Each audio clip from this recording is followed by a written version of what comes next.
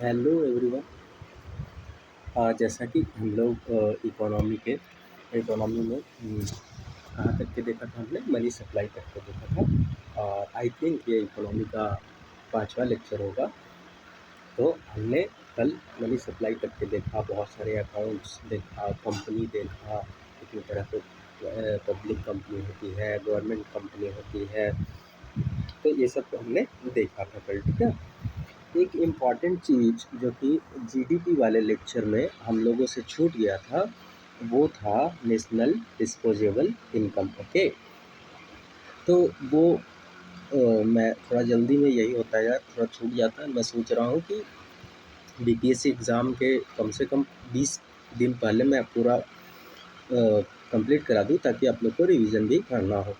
तो मैं एक बार बता दे रहा हूँ, जो नेशनल डिस्पोजेबल डिस्पोजेबल इनकम है ना, क्या होता है, एक बार मैं आपको समझा दूँ। ओके, तो ये होता है आपका नेशनल इनकम। नेशनल इनकम क्या था? अरे वही net national income, NNP at market price. Okay, तो national income plus transfer payment from the rest of the world. Transfer payment क्या होता है? Transfer payment from rest of the world. Okay, transfer payment वैसा payment जो कि non resident Indian, जो कि free में कोई भी गिफ्ट हो या वहाँ से जो भी ट्रांसफ़र हो, फ्री मनी जिसको बोलते हैं। ओके, तो ये हो जाएगा national disposable income is equal to what?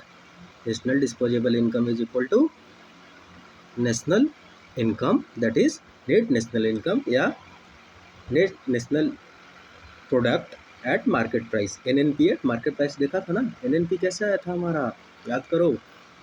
GDP में से डेप्रिसिएशन को घटा के, हाँ सॉरी, जीएनपी में से डिप्रिसिएशन को हटा के। ओके, जीडीपी में से नेट फैक्टर, जीडीपी में नेट फैक्टर इनकम जब हम लोग ऐड करते थे तो क्या आता था? जीएनपी आता था। और जीएनपी में से डिप्रिसिएशन को घटाते थे। तो मैंने बताया था कि ग्रॉस में से जब भी तुमको नेट निकालना होगा आपको, तो आप क्या करोगे? डिप्रिसिएशन को घटा दोगे। ओके, तो एक बार रिवीजन भी हमारा हो गया। और नेट जो national disposable income is equal to national income, जो भी एनएनपी एट मार्केट प्राइस था, जिसको नेट नेशनल इनकम भी बोलते हो आप, प्लस आप transfer payment from the rest of the world कर दोगे। ओके, ये हम लोगों ने देख लिया। ओके, चलो let's begin the lecture. Okay, हाँ, एक चीज़ और देखो, कल के लेक्चर में हमने ये बताना भूल गया कि आप ये समझे कि नहीं समझे। ओके, देखो, जैसे कि करेंसी क्या होता है ना, करेंसी क्या बोला जा रहा था कि currency is equal to note plus coins. और जो करेंसी सर्कुलेशन में है, जो करेंसी विद द पब्लिक और करेंसी विद द बैंक, यहाँ पे ना एक वर्ड है, देखो क्या वर्ड है, the total stock of money in circulation among the public at particular point of time is called money supply. तो आप बताओ कि money that is in your pocket currently, money that is in your pocket currently, अभी के time बता रहा हूँ, अभी जस्ट अभी सोच के देखो, मान लो आपके पॉकेट में 50 रुपये है, तो इट इज़ अ फ्लो और स्टॉक कंसेप्ट। बताओ, ये स्टॉक होगा कि फ्लो होगा? आपके पॉकेट में 50 रुपये है, वो स्टॉक होगा या फ्लो होगा? जल्दी से बताओगे आप। चलो मैं बता दे रहा हूँ। जो पॉकेट जो पैसा जो आपके पॉकेट में है, जो रुपीज़, वो अभी के टाइम में हम बोलेंगे कि अभी पूछे तुम आपसे कि आपके पॉकेट में कितना पैसा है, तो आप बोलोगे 50, और that is a stock component. ठीक है, इसको स्टॉक कंसेप्ट बोलेंगे। ठीक है, कि ये स्टॉक है।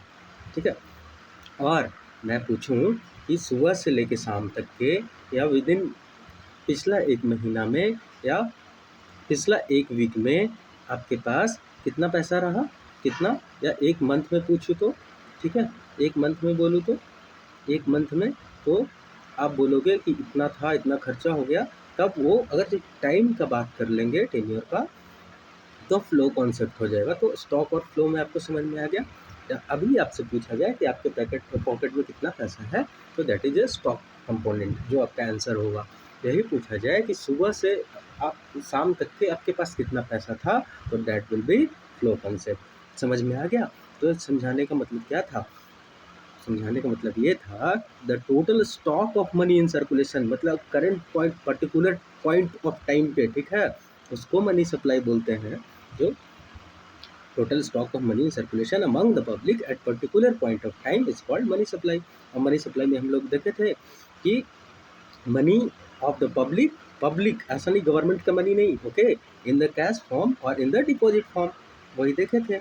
और M1 तो यही हो रहा था ना, M1 हमने देखा था, currency with public, demand deposit of public with the bank, और अदर डिपॉजिट्स विद RBI, ये तो हम लोगों ने कल देख ही लिया था।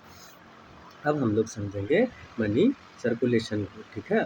तो मनी सर्कुलेशन क्या होता है, इसको हम लोग समझते हैं। देखो, मान लो आपके पास कितना है, 500 रुपया का कोई गोल्ड है, ठीक है। जो इसमें समझाया गया इसीलिए मैं बता दे रहा हूँ, ताकि आप पढ़ भी लोगे तो साथ साथ में ना, अगर लेक्चर को पॉज करके तो अच्छे से समझ में आ जाएगा, ओके। तो 500 रुपया का आपके पास गोल्ड है, ठीक है, समझने के लिए बता रहा हूँ, आप अच्छे से समझ जाओगे। 500 रुपया का वर्थ का गोल्ड है, आप इसको RBI के पास लेके गए, ठीक है, किसके पास लेके गए, RBI के पास लेके गए। RBI क्या की, इस गोल्ड को रख लिया अपने पास और आपको देगी 500 रुपये का, जो हम लोग पर्सन ए वाले कंसेप्ट में समझा था, एग्जाम्पल वाले में, ओके। तो 500 रुपये का आपको नोट दे दी उसने छाप के, ओके। तब अब ये बताओ कि इसका जो है RBI का जो 500 रुपये का जो ये नोट है, वो एसेट होगा कि लाइबिलिटी होगा? ये विल से एसेट होगा कि लाइबिलिटी होगा?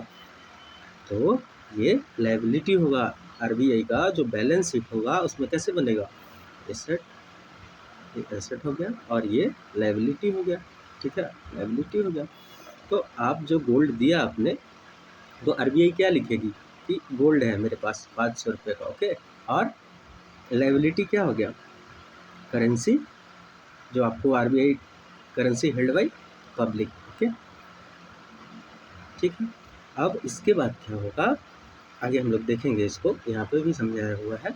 तो अब मान लो कि आपने 500 रुपया जो लिया, आप उसमें से कुछ खर्च नहीं करते हो, आप उसमें से मान लो कि 200 रुपया बैंक में जमा कर दिया, ठीक है, कॉमर्शियल बैंक में, ठीक है।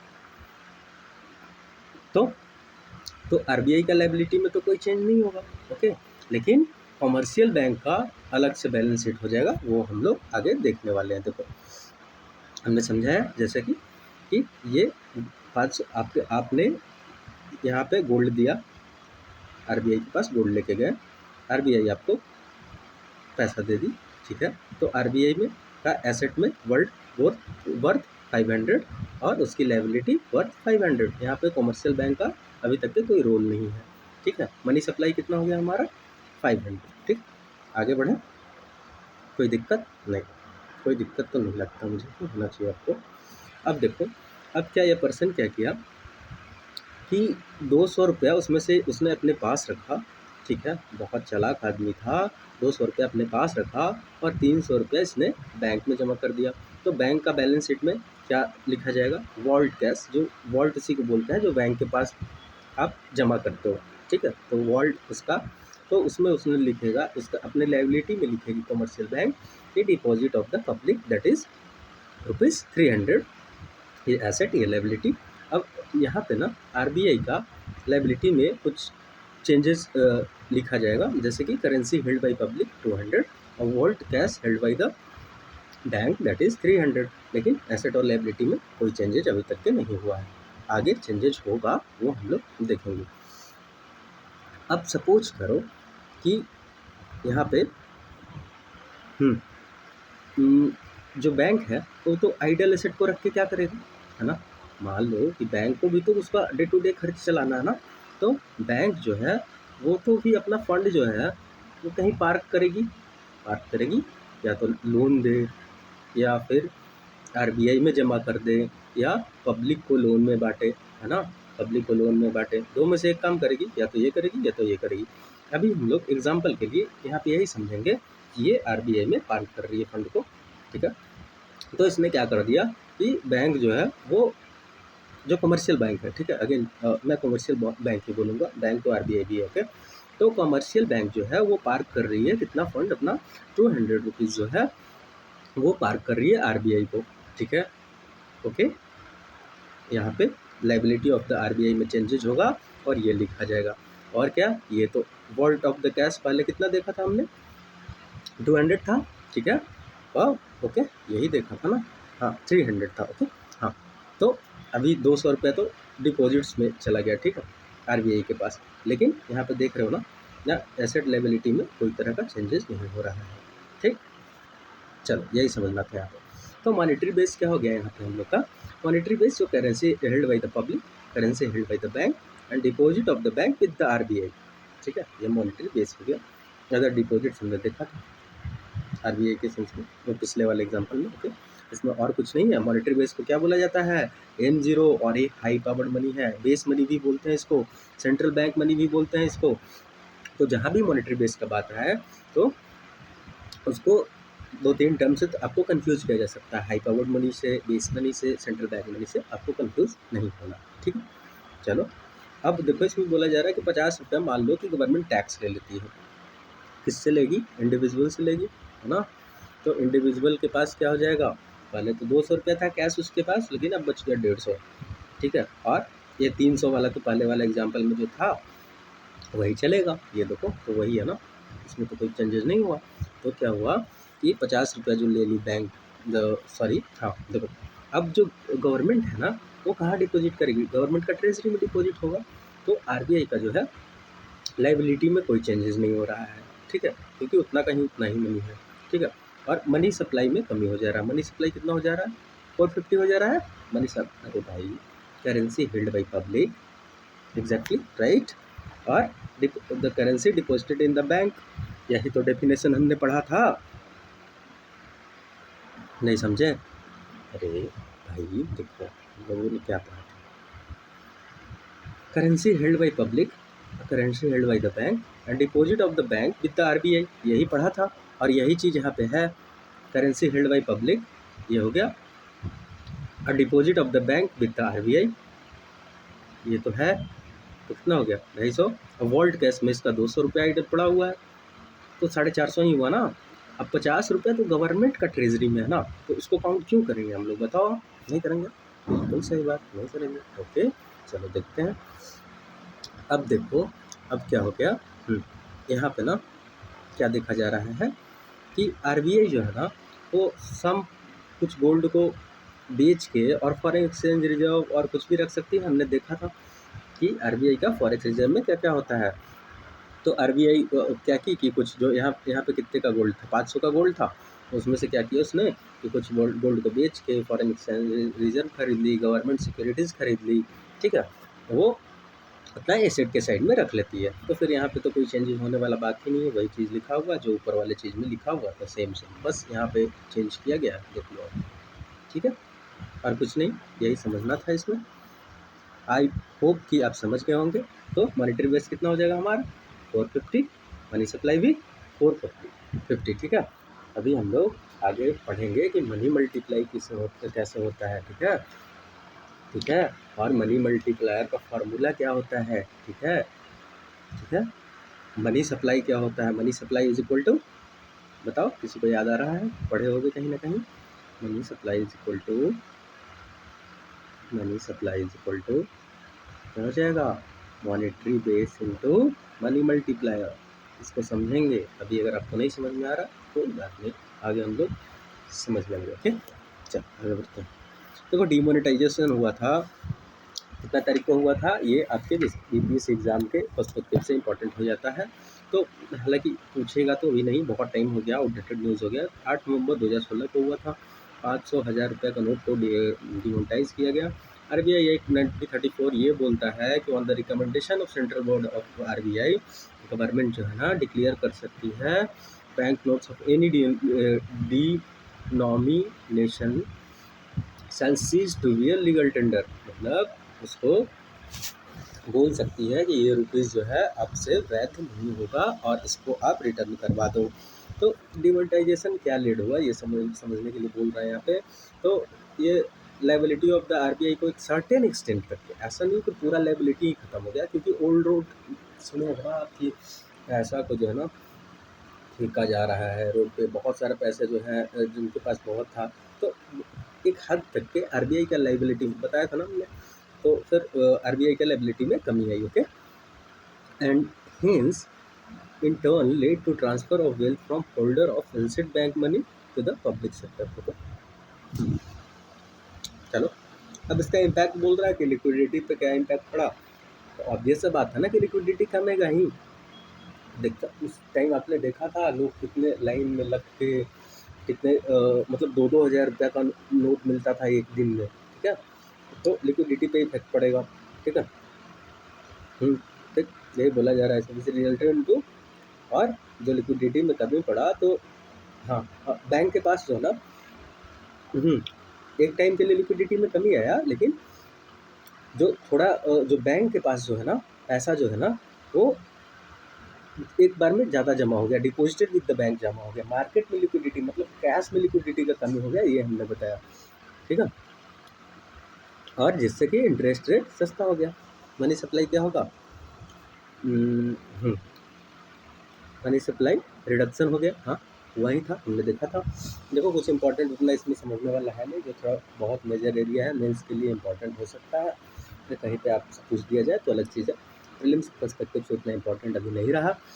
ठीक है, और जीडीपी में क्या होगा, डिमांड शॉक हो जाएगा, पैसा कम है आदमी के पास, तो क्योंकि सप्लाई ऑफ मनी हमने पढ़ाया था आपको कि जब सप्लाई ऑफ द मनी में रिड्यूस हो जाएगा तो क्या हो जाएगा, डिमांड शॉक हो जाएगा, एग्रीगेट यही चीज़ बताया जा रहा है इसमें, और कुछ तो है नहीं, और कुछ समझने के लिए आने इसमें क्यों ही बात करना था।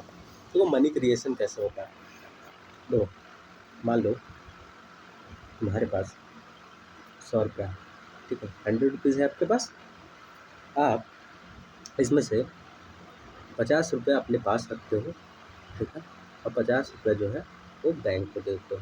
ठीक है, ये 50 रुपया आपने किसको दिया, बैंक को दिया। अब बैंक जो है इसको तो अपने पास रखेगी नहीं ना, ये भी तो कुछ ना कुछ करेगी। तो बैंक क्या करती है कि वो फ्रैक्शनल रिजर्विंग पे काम करती है। मान लो आपने 50 बैंक में डिपॉजिट किया, बैंक इसका 20% रख के 10 रुपये अपने पास रखेगा और 40 रुपये लेंड कर देगा, तभी तो आपको भी वो इंटरेस्ट दे पाएगा। कहाँ से लाएगा बैंक, फिर 40 रुपया मान लो किसी को लोन दिया, अब ये आदमी क्या करेगा, ये आदमी 20 रुपये अपने पास रख लिया, ठीक है, समझते जाना, ध्यान से सुनना, 20 रुपया ये आदमी है, ठीक है, वो अपने पास रख लिया और फिर से 20 रुपये ये बैंक में जमा कर दिया, बैंक इसका 20% फिर से अपने पास रख ली, ठीक है, ठीक है, और 20% कितना हो जाएगा, 4 रुपया, और फिर से ये 16 रुपया लेंड कर दी। देख रहे हो इस 100 रुपया में से कितना पैसा घूम रहा है मार्केट में, तो आगे हम लोग इसी को अच्छे से समझते हैं, क्योंकि इसमें अच्छे से डायग्राम बनाया हुआ है, क्लियर। ओके, चल, तो मनी क्रिएशन किसको बोलते हैं, currency deposit ratio. Currency deposit ratio किसको बोलते हैं, देखो वर्ड से समझो, करेंसी डिपॉजिट, भाई करेंसी है ना, और deposit, currency deposit ratio, assume करने बोल रहा है कि एक मानो, जैसे कि अभी हमने एग्जांपल दिया था 50-50 का, तो मान लो कि 50 रुपीज़ जो है करेंसी हेल्ड बाई पब्लिक, और 50 रुपीज़ जो है deposit of public in bank, यही तो CDR होगा जी, यही होगा।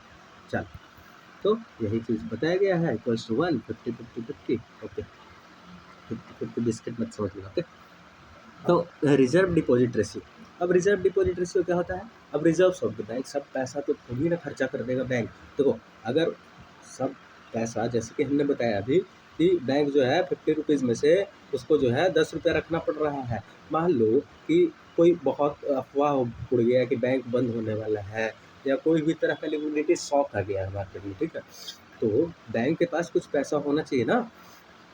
अब एकाएक मान लो कि बहुत सारे कस्टमर लाइन लगा दिए कि बैंक बंद होने वाला है, अब हमको जो है पैसा चाहिए एक बार में, हमको ट्रस्ट नहीं है तुम पे, तो क्या है, बैंक को जो है वो देना पड़ेगा कहीं ना कहीं से पैसा। और वो मान लो कि 50 रुपया जो डिपॉजिट था वो 50 का 50 वो लोन में बांट दी होती, तो भाई कहाँ से देगी। इसी के लिए आरबीआई का जो फ्रैक्शनल रिजर्व बैंकिंग का जो पॉलिसी है, ठीक है, और सॉरी आरबीआई का जो 1934 का एक्ट है, ओके, आरबीआई 1934 एक्ट जिसका सेक्शन 42 सब क्लाउज 1 बोलता है कि bank will have to keep certain amount as a reserve, okay, section 42। और अब बोलोगे कि सीआरआर तो बता दिए आप, एक एसएलआर भी हम सुने हैं, हाँ, तो हम वो भी बताएंगे। तो एसएलआर क्या होता है, स्टैट्यूटरी लिक्विडिटी, वैधानिक तरल लिक्विडिटी अनुपात ratio, okay, SLR. Can anyone से कि एसएलआर का लिमिट कितना हो सकता है मैक्सिमम। चलो मैं बता दे रहा हूँ, it can be up to 40% of the NDTL, मतलब। और सीआरआर जो 4% था वो क्या बताया था मैंने, अच्छा सीआरआर अभी कुछ बताया नहीं है कितना था। NDTL मतलब net demand and time liabilities, net demand and time liabilities मतलब बैंक में जितना भी डिमांड और टाइम डिपॉजिट है इसका नेट, ठीक है, ठीक है। अब भाई बैंक के पास लाइबिलिटीज़ क्या होगा, जितना का एसेट होगा उतना का लाइबिलिटीज़ होगा।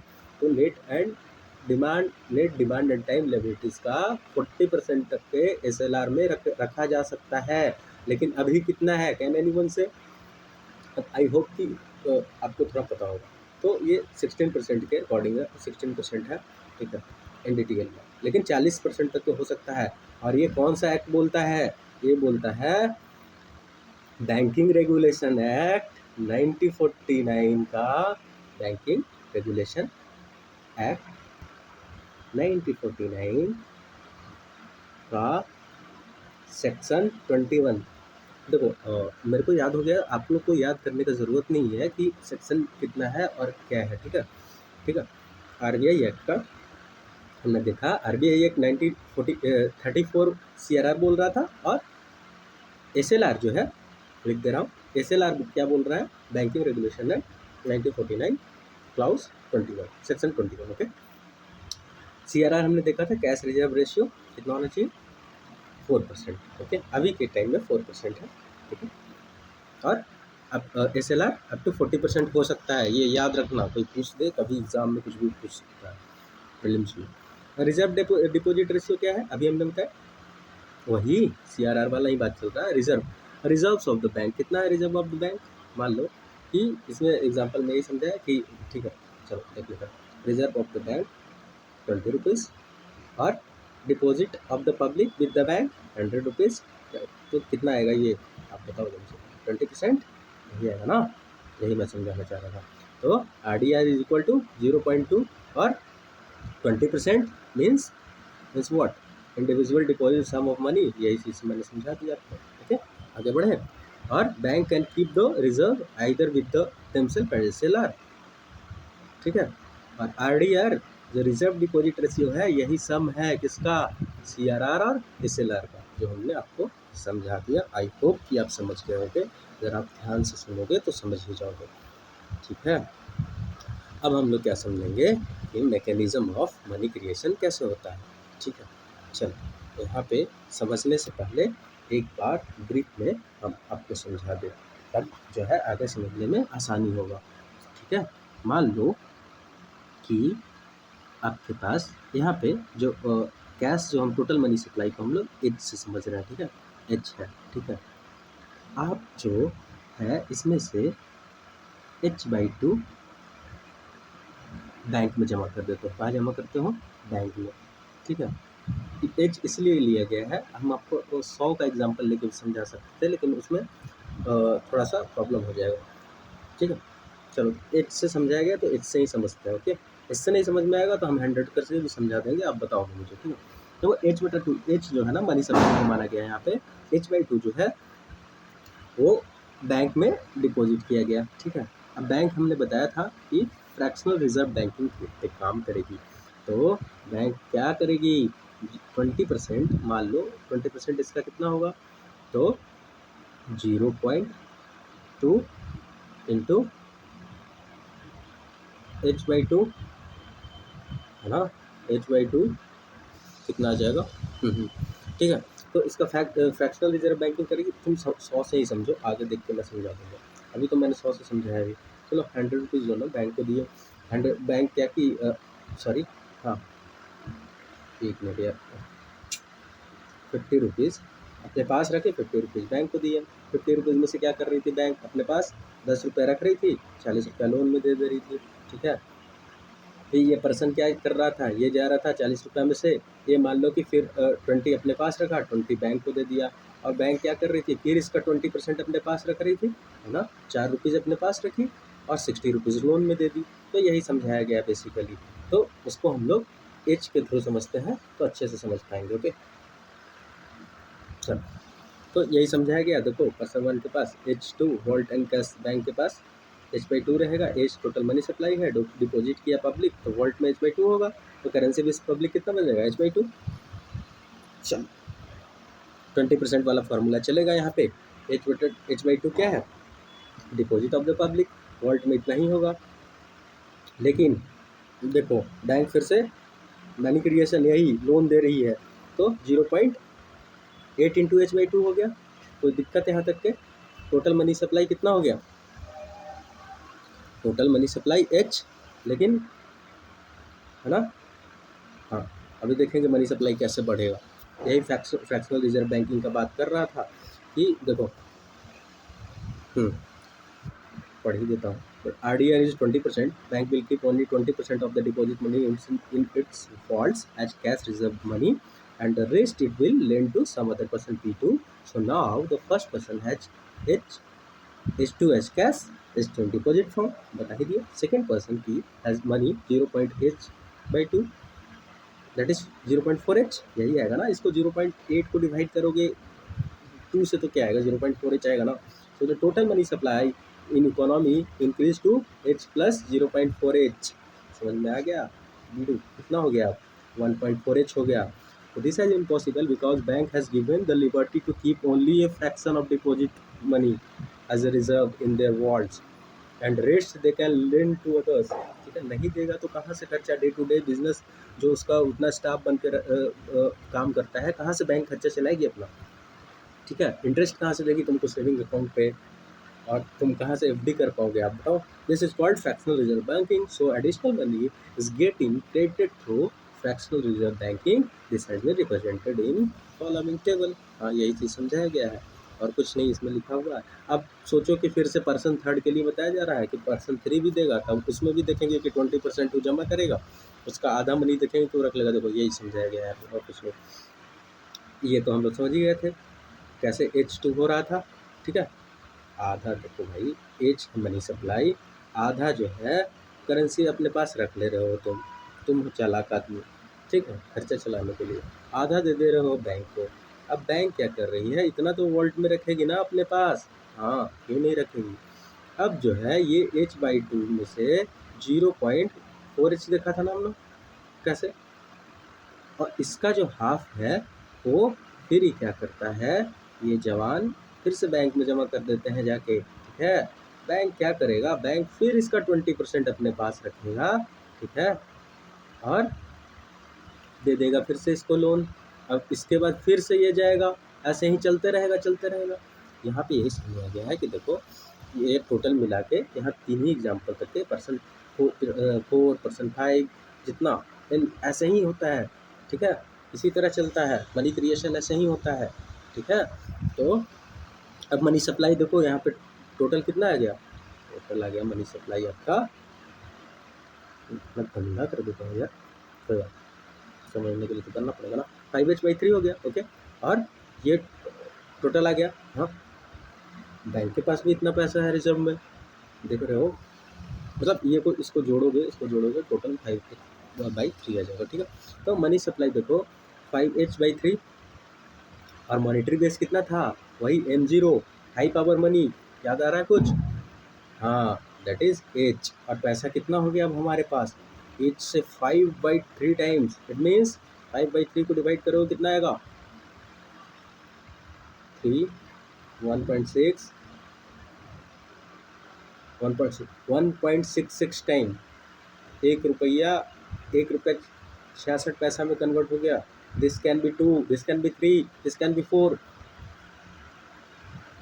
मुझे समझे, नहीं समझे, कोई बात नहीं समझे, मैसेज कमेंट में कर देना, फिर से समझा देगा, ठीक है। देखिए हमने अब मनी मल्टीप्लायर क्या होता है, अभी हमने आपको चीज़ बताया था बारे में कि जो मॉनेटरी बेस है, monetary base is equal to monetary base into money multiplier is equal to money supply देखा था हमने।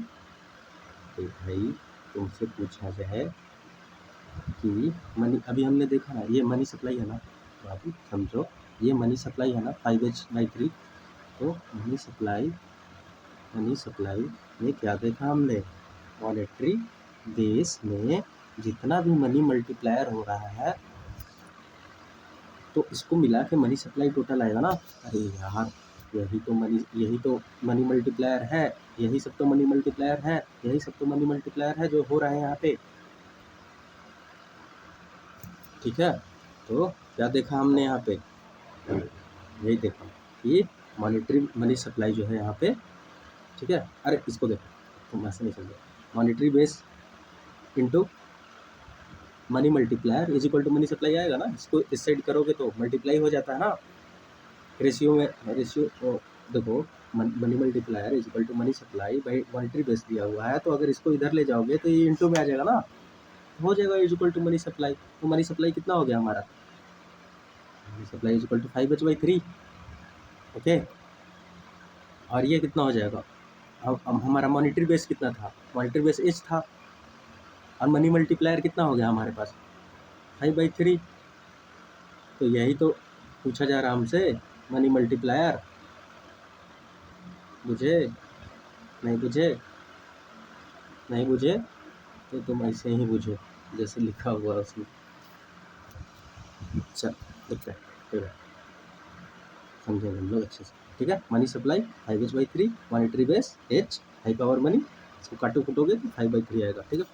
आगे देखते हैं, देखो value of the money multiplier depend करता है दो चीज़ पे। अभी हमने देखा करेंसी डिपॉजिट रेशियो पे, जितना करेंसी डिपॉजिट रेशियो ज़्यादा होगा उतना मनी मल्टीप्लायर कम होगा।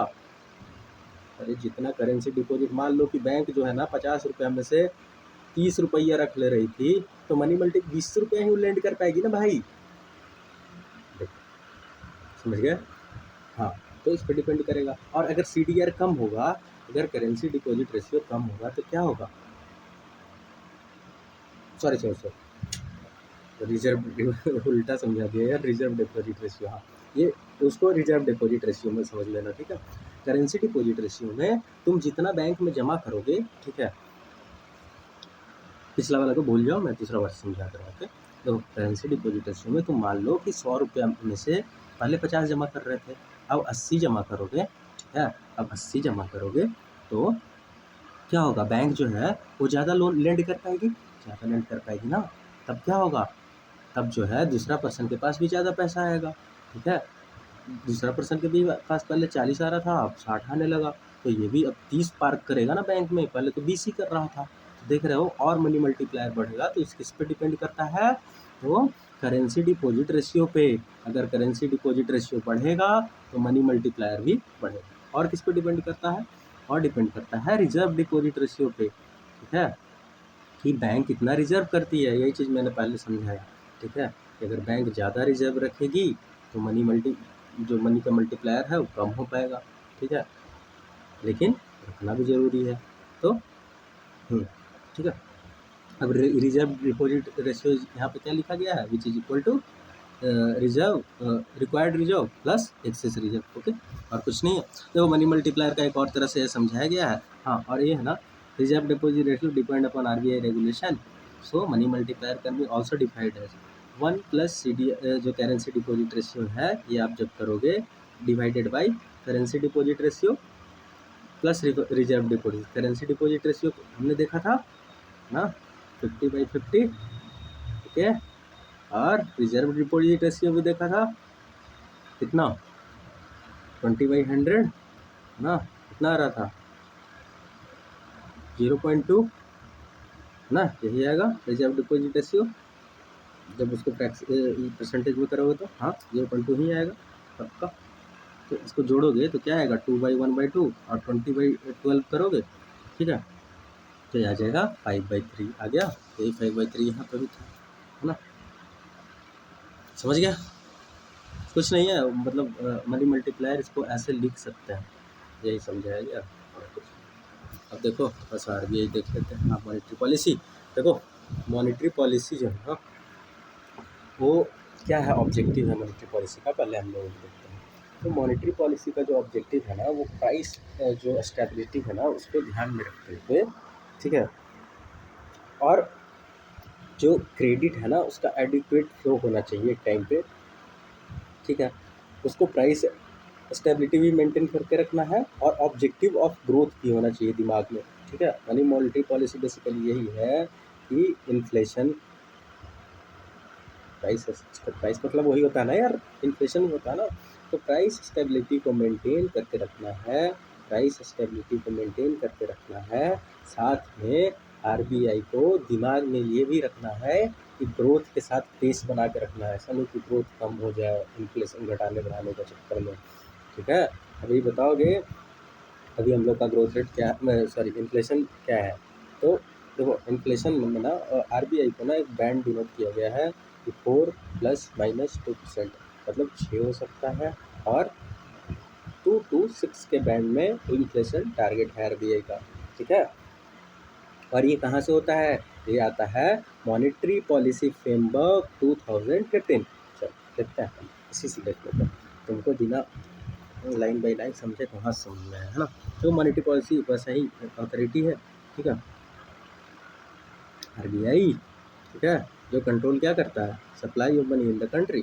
Objective of monetary policy in India has evolved including maintaining the price stability, ensuring adequate flow of credit to productive sector of the economy for supporting economic growth। पढ़ ही लिया हमने, economic growth करना ही है। RBI monetary policy framework जो है today evolve the years और monetary policy framework agreement signed between government of India and RBI इन फरवरी 2015।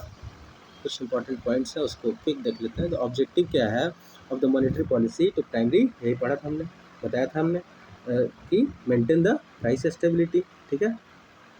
इसके पहले और क्या पढ़ा हमने कि keeping in mind with the objective of growth. हाँ भाई, RBI monetary policy is operated by RBI, तीन साइड गवर्नमेंट के तीन गवर्नमेंट के होते हैं, ठीक है, और तीन किसके होते हैं, तीन होते हैं, अभी 3 अपॉइंटेड हुए ना, नाम बताओ, एक का नाम याद है मुझे, सौगत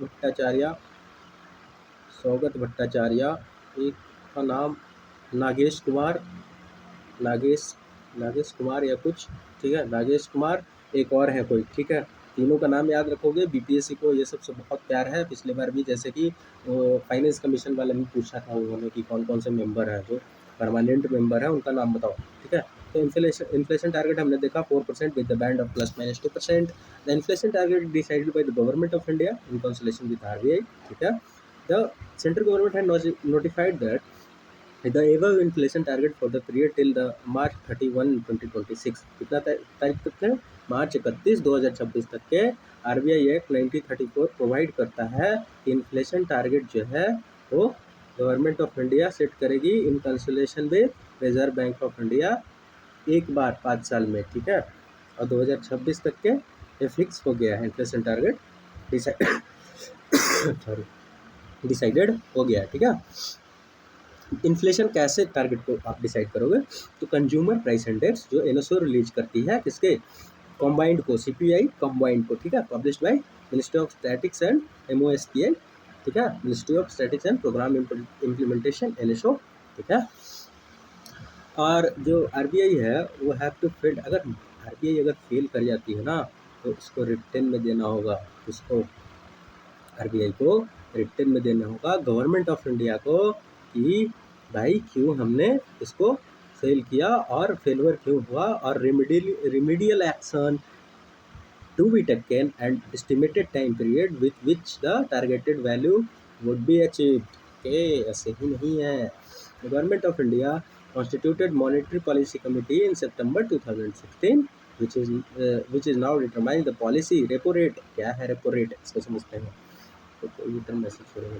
रेपो रेट पे ना देखो, सबसे पहले क्या करती है रेपो रेट पे सॉरी, जो आरबीआई है वो रेपो रेट को बोलते हैं, इसका फुल फॉर्म है रीपर्चेजिंग ऑप्शन। ठीक है, रीपर्चेजिंग ऑप्शन। इस पे गवर्नमेंट जो आरबीआई जो है वो किसको लोन देती है? बैंक को, कमर्शियल बैंक को। जब भी बैंक का बात आएगा तो आगे हम लोग क्लासिफिकेशन ऑफ बैंक पढ़ेंगे, commercial bank, cooperative bank, primary जो भी मल्टीलेटरल कोऑपरेटिव बैंक है उसका भी क्लासिफिकेशन देखेंगे, डिस्ट्रिक्ट कोऑपरेटिव बैंक, टैक्स वगैरह सब देखेंगे हम लोग। ठीक है, तो आगे हम लोग ये देखते हैं। तो डिटरमाइन करती है क्या? Policy rate which requires to achieve the inflation target. Okay, RBI should organise at least 4 meeting. ठीक है, 4 मीटिंग मतलब 3 मंथ पे होगा 4 मीटिंग। अच्छा हाँ सॉरी, एटलीस्ट 4 मीटिंग। ठीक है, at least 4 meeting of monetary policy in a year. Okay, presently RBI conducts the meeting of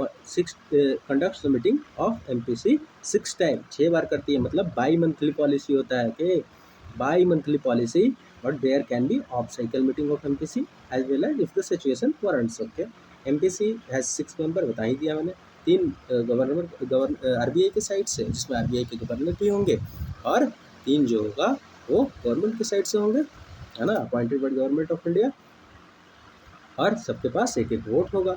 event of equality of votes, the governor gets second of casting vote. Okay, the decision of the MPC is binding on RBI. ठीक है, binding होगा। MPC has the authority to decide repo rate only, not reverse repo rate. देखो अभी का repo rate कितना होगा? अभी का रेपो रेट इज 6.5%। ठीक है, तो 6.5 अभी का रेपो रेट है। रिवर्स रेपो रेट जब भी होता है 0.25 उससे कम होता है, यानी कि 6.25 will be RR, reverse repo rate, और आरआर यहाँ पे आरआर। ठीक है, रेपो रेट। ओके, ठीक है, तो ये देखिए एमपीसी इज बाइंडिंग ऑफ जो अगर पूछ देगा कि बोल देगा कि decision of the MPC is not binding on RBI, एकदम गलत स्टेटमेंट, बाइंडिंग है। MPC has authority to decide repo rate only, reverse repo rate automatic हो जाता है। और हाँ, सीआरआर भी नहीं, सीआरआर हमने देखा था RBI act 1934 section 42, SLR banking regulation act 1949। Okay, देख लिया हमने। और एसएलआर को ना आप देखो, अच्छा आगे हम लोग देख ही लेंगे। There are 2 component of monetary policy framework, one is inflation and the requirement of growth in the mind. The decision of MPC are based on these 2 twin object, with primacy being given to price stability. हाँ, inflation को दिमाग में रखना है। Currency market fluctuation, depreciation और appreciation of the rupee is not a factor of consideration for the MPC. भाई रुपया 50 $1 का 100 हो जा रहा है, 150 हो जा रहा है, कोई मतलब नहीं है एमपीसी को उससे। ठीक है, and for the dealing with those situation RBI has, अगर एमपीसी को, आरबीआई को मतलब है, एमपीसी को कोई मतलब नहीं है एप्रिसिएशन डिप्रिसिएशन से, हमेशा दिमाग में बात है। एंड फॉर द डीलिंग दो situation RBI has other instrument which are deployed as per the requirement. देखते हैं क्या क्या इंस्ट्रूमेंट्स है। हाँ, तो रेपो रेट को समझते हैं। देखो वैसा देखो, रेपो रेट में ना अभी हमने बताया भी था कि रेपो रेट में जो आरबीआई है वो कॉमर्शियल बैंक को ओवरनाइट लेंड करती है, ओवरनाइट। ठीक है, जब लिक्विडिटी मिसमैच हो जाता है तो कॉमर्शियल बैंक को ओवरनाइट लेंड करती है। ठीक है, कितना? तो 0.25% of the net demand and time liabilities, हमने पढ़ाया भी, बताया भी था अभी, against the collateral of the government. ठीक है, against the collateral of government and other approved securities, जो भी गवर्नमेंट सिक्योरिटीज़ होता है ना बैंक के पास, उसका ट्रेजरी में होता है, उसके अगेंस्ट। ठीक है, under the liquidity adjustment facilities हम लोग आगे देखेंगे। तो रेपो एक तरह का क्या है? शॉर्ट टर्म रीपर्चेजिंग एग्रीमेंट है, when the bank borrow from the RBI at repo rate. ठीक है, अभी हमने बताया कि आरबीआई लेंड करती है या बैंक जो है बोरो करती है। Bank keep government security with RBI and get cash in return. ठीक है, with the promise that they will return after the overnight के बाद रिटर्न कर देगा this cash to RBI and RBI will return the government securities to the bank. और repo rate को क्या बोला जाता है? पॉलिसी रेट, याद रखना। ठीक है, देखो रिवर्स रेपो रेट क्या होता है ना, हाँ, रिवर्स रेपो रेट क्या होता है कि the interest rate at which the RBI absorb करता है लिक्विडिटी को, ठीक है, ऑन द ओवरनाइट। मतलब यहाँ पे बैंक से जो है आरबीआई पैसा ले रहा है। देखो यहाँ पे है आरबीआई, यहाँ पे है बैंक, ठीक है। तो इसमें पैसा आरबीआई दे रहा था रेपो रेट में, ठीक है। और रिवर्स रेपो रेट में क्या कर रहा है, आरबीआई पैसा ले रहा है, ठीक है। मतलब एक्सेस अगर लिक्विडिटी हो गया मार्केट में तो रिवर्स रेपो रेट के थ्रू आरबीआई सब कर लेगा, ठीक है। यही चीज़ बताया गया, interest rate with the RBI absorb the liquidity and overnight basis from the bank against the collateral of the eligible government security under LF. Currently, bank cannot deposit unlimited amount of at reverse repo rate, but if required, RBI may put cap on it। ऐसा नहीं है कि जितना मन में आया आप रख दोगे। देखो स्टैंडिंग डिपॉजिट फैसिलिटी है इसमें, और भी आरबीआई जो है मतलब आरबीआई एक्ट 1934 के थ्रू इसको बनाया गया है अमेंड करके अप्रैल 2022 में। इसमें बैंक जो है डिपॉजिट कर सकती है कितना भी अमाउंट फॉर ओवरनाइट ऑफ कितना 0.25%। रिवर्स रेपो रेट बताया था ना, रेपो रेट माइनस 0.25%, इट में चेंज कितना पे आरबीआई डिपॉजिट, आरबीआई के पास डिपॉजिट कर सकता है fund, okay. As there is, अच्छा चलो ये बाकी का ना हम लोग कल देख लेंगे एक बार। देखो ये मार्जिनल स्टैंडिंग फैसिलिटी है, इसमें ना बैंक और भी लोन ले सकता है, जैसे रेपो रेट के अलावा भी ये टूल है ऐसा, बोरोविंग टूल है, इसके तरह और भी लोन ले सकता है। लेकिन इसमें जो है ना डीप कर सकता है एसएलआर पोर्टफोलियो लिमिट में, ठीक है, 2% का, और उसमें नहीं कर सकता था। देखो ये रेपो रेट वाला हमने देखा ना, रेपो रेट में इसमें एसएलआर में तुम डीप नहीं करोगे, कीप इन, तुमको एकदम दिमाग में रखना है, ठीक है। सीआरआर में तो कहीं भी करना ही नहीं है, लेकिन एसएलआर में इसमें डीप नहीं कर सकते हो। इसमें जो है एमएसएफ में एसएलआर में डीप करना है, ठीक है। तो लेक्चर थोड़ा लंबा हो जा रहा है, कल थोड़ा सा जल्दी मतलब अच्छे से कर रहे हैं, कॉन्सेप्ट तो हम लोग का क्लियर हो गया, तो आगे का जो है ना ईजी वे में जाएगा। और हमको लगता है कि 1-2 लेक्चर और लगेगा मनी एंड बैंकिंग में, उसके बाद इसका हम लोग 60 to 70 एमसीक्यू है यूपीएससी का पीवाईक्यू, वो हम लोग कर लेंगे। चलो एक बार आप लोग को हैप्पी दिवाली, हैप्पी दिवाली, ठीक है, हैप्पी दिवाली। अच्छे से दिवाली मनाओ, पढ़ो, ज़्यादा टाइम नहीं रहा है, और टेंशन नहीं लेना यार, सब हो जाएगा, ओके। हम एक ना समराइज़ करके वीडियो डालूंगा, और मैं एक दो वीडियो, ठीक है, इकोनॉमी से क्या इंपॉर्टेंट चीज़ होगा वही आप लोग रिवाइज करके जाओगे, okay. Thank you, happy Diwali.